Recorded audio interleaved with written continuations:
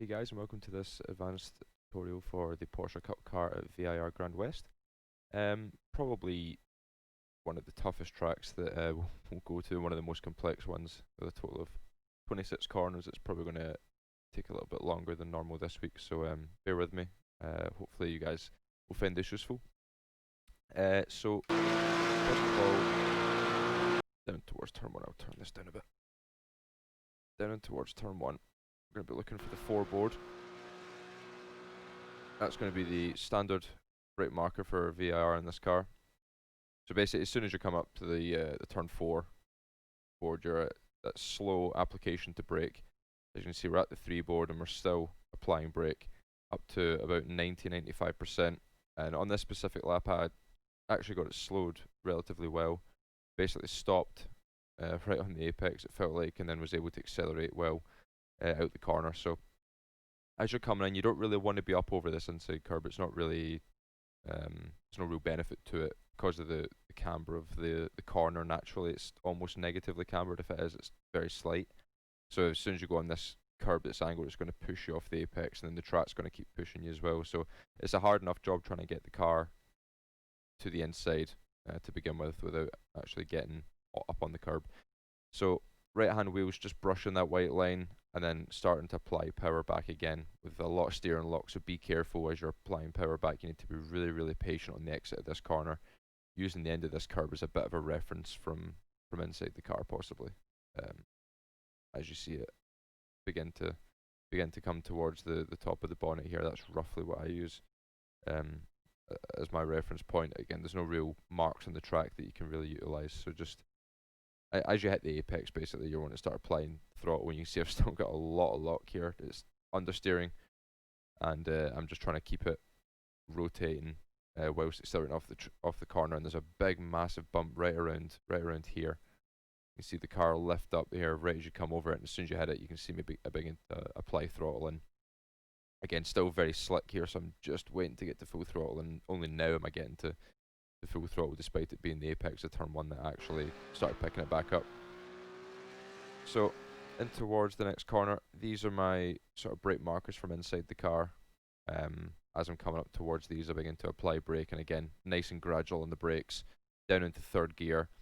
And you can see I have a bit of a slide on entry here as I'm just trying to carry as much speed in as I can to get right out to this white line to open up the left. A little bit of extra space there, but just wanted to play it safe, and then begin to apply throttle before we get to the inside curb. Again, you can just sort of brush this when I get up over the top of it. It's probably advisable. However, if you are getting snap oversteer on the exit, then just try avoiding it. You're not going to lose a whole lot of time, and it's probably a bit safer than just driving up over the top of it and risking a crash. So now we're looking for these kind of marks on the track. Again, it's from inside the car. It's normally you kind of draw a line with your eyes visually with these kind of tire marks on the circuit. These are what I'm using as a brake marker. Looking in towards the inside and getting right up over this inside curb. You can see a big bit of opposite lock on the entry. Up over the inside curb and then applying throttle as you hit it. Then as you land, this left hand is going to affect the next 3 corners, so you really need to be careful with this one. So up over the inside of the left, into the right, up over this curb. This will pull the car round while having some throttle in it as well. Make sure you've got some throttle just to help rotate the car. And then you want to track out to this curb on the outside. Now it's hard from inside the car, it's quite blind. So see, we're just going to get to full throttle, I think. No, we're not even going to get to full throttle. So it's basically 95% throttle, tracking out to here. Basically, as soon as you get to the end of that curb, that's your cue to start turning in and start eyeing up this next corner. So again, we're keeping throttle on the whole way. There should be no braking through this section. You need to keep the throttle in the car, keep it rotating. This will help you line up the next section. Aggressive up over the inside curb, and then on the landing, just be careful. It will start to get loose. Now it looks like from this perspective we're coming in at a really shallow angle, but the car will naturally sort of pull itself round, and there's a bit of extra space just on the exit here, so you don't need to be too concerned about it. See, a bit of opposite lock, hit the curb on the inside there, and then on the exit it opens out quite nicely. Just to brush the curb on the left and then brush the curb on the right. Through here it's completely flat. flat over the left, should be flat over the right. Yeah, so it's just flat up over the left, flat up over the right. And then as you get to the end of this curb here, this is your cue to start braking. Down 1 gear into 5th, and then as soon as you get to the start of this curb, you want to get your right front wheel on this curb. This will pull the car around. Make sure you get back to throttle before you get to the start of the curb. This will pull the car around the corner. And use this white line as this black line in the middle of the track as a reference. You don't want to be any further over than that black line. Keep it to the right hand side of that the whole way through. Then as you come up over here, as soon as you hit this dip, that's your cue to start braking. Into the dip, down into 4th, start looking for this inside curb, get right up over the inside of it, and again, pick up throttle just before the start of this curb, and be patient with the application. Apply to about 50% as you're on the curb, get it rotating, and then as soon as you come off the curb, you'll have an idea of how the car is rotating, and then you can adjust your throttle from then on. And you see on the chase cam here, we're right up over the inside of the curb, and then tracking out to the exit, applying throttle, a little bit of oversteer ever so slightly as it comes over the crest, and then as you come back off that, aggressive back to the left for Oak Tree. Now here around about the 3 marker is your brake point, and again slow on the brakes. Through here, on this lap specifically, I felt like the car was rotating maybe a little bit too much. It was about to over rotate, so I just hit this curb on the inside just to kind of straighten the car out, and again a little bit of throttle braking just to try and keep the speed up, because once I'd hit it I realised that maybe I was a little bit too slow. I could have carried some more speed, so a couple little stabs of throttle here just to keep the speed up to get out to this outside curb to then extend out and open Oak Tree. So as you come out, as you're coming into the right hander here, you want to start picking up throttle. Just clip the inside curb. You don't want to be right up over the inside close to these tyres. You just want to sort of brush over the top of it and start applying throttle. As soon as the car settles flat out, use the curb on the exit and head down the straight. Now this is where we normally would go straight. However, we're going to take a right and take the awkward Grand West part of the circuit now. So probably the toughest part of circuit that I've raced on in a while. This is a really tough task to try and to learn this section.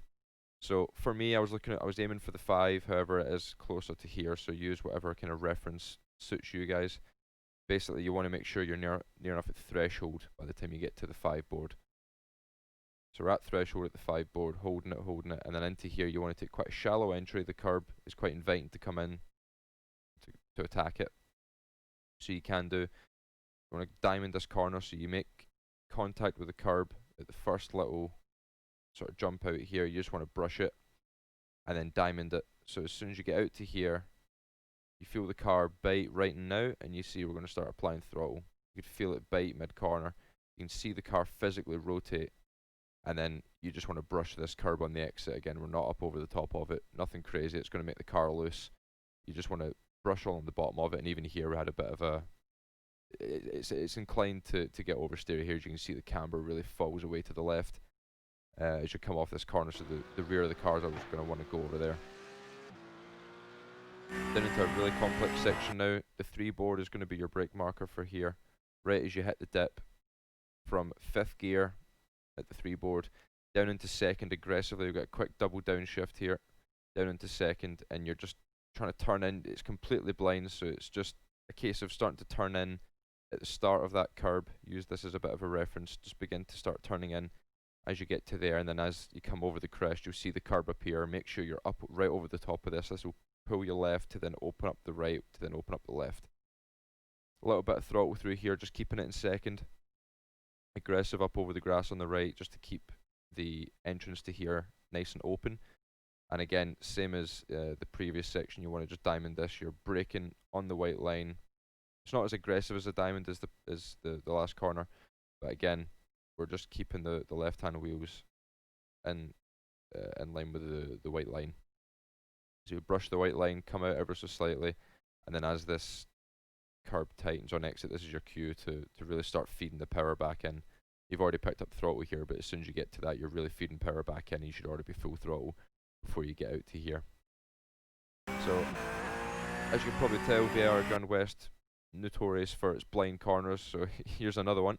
A good brake marker for here, for me, was just when the tarmac changed colour.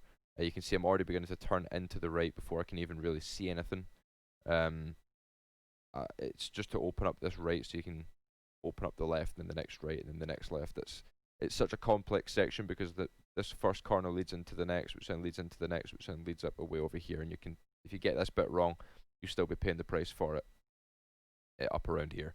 So as you come over the change of tarmac color on the brakes, hit the curb on the right, it will kind of shoot you left a little bit. So make sure you're aggressive with it. If you're not aggressive enough, then you just sort of shoot left, but make sure you're aggressive enough to get up over it. Use every single bit of track on entry to open up this left, and then as you come in down into, I think, third gear. Yeah, we're third gear for this corner. Aggressive up over the inside. I think we're given just a little spike of power before. No, we're not. So just trailing brakes, then having a little coast just over the top of the curb, which is unusual, but it seems to work here. And then keeping the throttle on through the right, keep it rotating, brush this curb on the left, and then you want to diamond this. So you hit this curb, you're drifting out to somewhere in the middle of the track. There's no real reference here. It's why it's such a tough section. There's not really any brake boards or markers on the track. It's just a case of taking a lot of curb off the right to then open up the left, trail braking the whole way in, make sure there's weight over the nose to get it turned in, hit that curb on the inside, then apply the power in here, and all through here it's just going to be power. There should be no brakes, just all acceleration to all throttle just to keep the car rotating. Brush this curb, and then as it lands it will rotate. Still keeping on, you can see we're keeping throttle on the whole way, kind of spiking it just to try and get some kind of rotation from the car, just to keep the car rotating. And then as soon as you see this curb come up over the crest, this is your cue to really get back to throttle. So you can see we're back to full throttle. Then as we hit it, just a little confidence lift just in case, and then we're right back to full throttle. Wrap this curb on the right, and as you come to the end of that curb, right around here, this is your brake marker. So as you hit that curb, we're applying brakes, and as you come up over here, the rear of the car is going to want to come out, so be prepared for that. We enter quite tight here. You want to enter nice and shallow, and then get back to power before you get to the curb. This will prevent any kind of oversteer. If you send it in deep, and then you can see we're getting back to throttle. If you're still braking here, the rear of the car is going to want to come around, and it's going to just push you wide. So you want to get back on the power, get the weight over the rear wheels rather than over the front as you come up over this crest, and then use this curb to rotate the car. So again, as we come in, clip the curb on the right, brake at the end of it, down into third, back to power before you hit the curb, and then just use the throttle just to balance it through here. Up to full throttle, up to fourth, slight lift for this right, and again, cut a lot off this curb on the right. This will help pull the car around again. And then back to full throttle here. Nice and patient on the exit as well. It might be tempting to go to full throttle here, and then by the time you get up to here, you'll figure out you've understeered, so just be patient with that. Use the curbs to rotate the car through this section, and really use the throttle to help rotate the car. So again, brush this white line, we're fine up through here, and then braking right at this white line as it comes across the track. As we drive up over the top of it, we're applying the brakes from fifth, I think we're in. No, just keep it in fourth here. So don't bother with an upshift to fifth, just keep it in fourth. And then we'll be down into second gear for this corner. You can see as you come up over the crest, we're just running in line with this line. Don't be tempted to come out to the left here because the track sort of sticks out and then it'll straighten out here. So we're braking in a nice straight line, matching the white line, and as soon as we get to it, we begin turning in. As soon as you get to this sort of curve in the white line, start coming away from it, getting in towards the corner because it's negative camber up here. Down into second gear, right hand wheels on the curb, and you can see here just as the car, you can visibly see it as the car begins to rotate. Right around now you can see it begin to rotate. We're applying power, brushing the curb again just to help rotate the car, and then full throttle from second gear up into third. Down through here, utilize a short shift to fourth if you have to. Just a slight lift of throttle, because if you keep it flat it will spin. But use this curb to pull the car around and just have a small lift. Short shift into fourth on the exit here, and then bring it right out to this white line on the left. Braking right around these tire marks here. These are my brake markers, and you're going to send it aggressively over the left. These are the last two corners now, so you've done the hard part. These are the make or break sections of the lap though. aggressive, as you can see, aggressive up over the left into the grass with the left-hand wheels. A little bit of oversteer actually as we come over there. And this is probably a section where you can utilise a bit of throttle braking if you have to. But it's downhill, so you shouldn't really have to. The gravity should serve that purpose for you. So we're hitting the brakes just over the tarmac, over the tire marks on the track. Aggressive up over the left, and then down into second right as we send it over here, or we're keeping it in third. I think we keep it in. Yeah, we're keeping it in third. So aggressive up over the right as well. Cut a lot off of this, and then as it lands, the car will compress into the track and it will really pull you around. So be careful of oversteer around about this point here. You can see us unwind a lot of lock. If you watch the steering input here, we unwind a lot of lock, because right around here is when it's going to start getting oversteery, and then into here it's just a case of trying to keep it pinned. If you can keep this bit pinned, you know you've got the line right.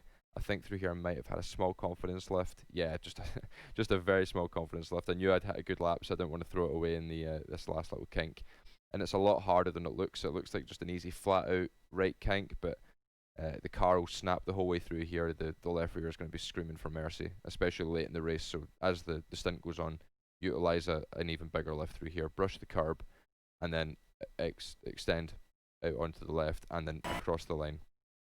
So with that, that's VIR Grand West, probably the toughest circuit we'll go to this season. So hopefully you guys have found this useful. As always, any kind of questions about the track guide, ask in the Discord or in the coaching session on the Wednesday nights. Tuesday nights this season. So you can ask me on the Tuesday nights. I'll be in the Discord vocal to help you guys, or in turn ask in the car channel, and I'll get back to you as soon as I can. So with that, guys, best of luck this week. Hope you found this helpful, and we'll see you next week.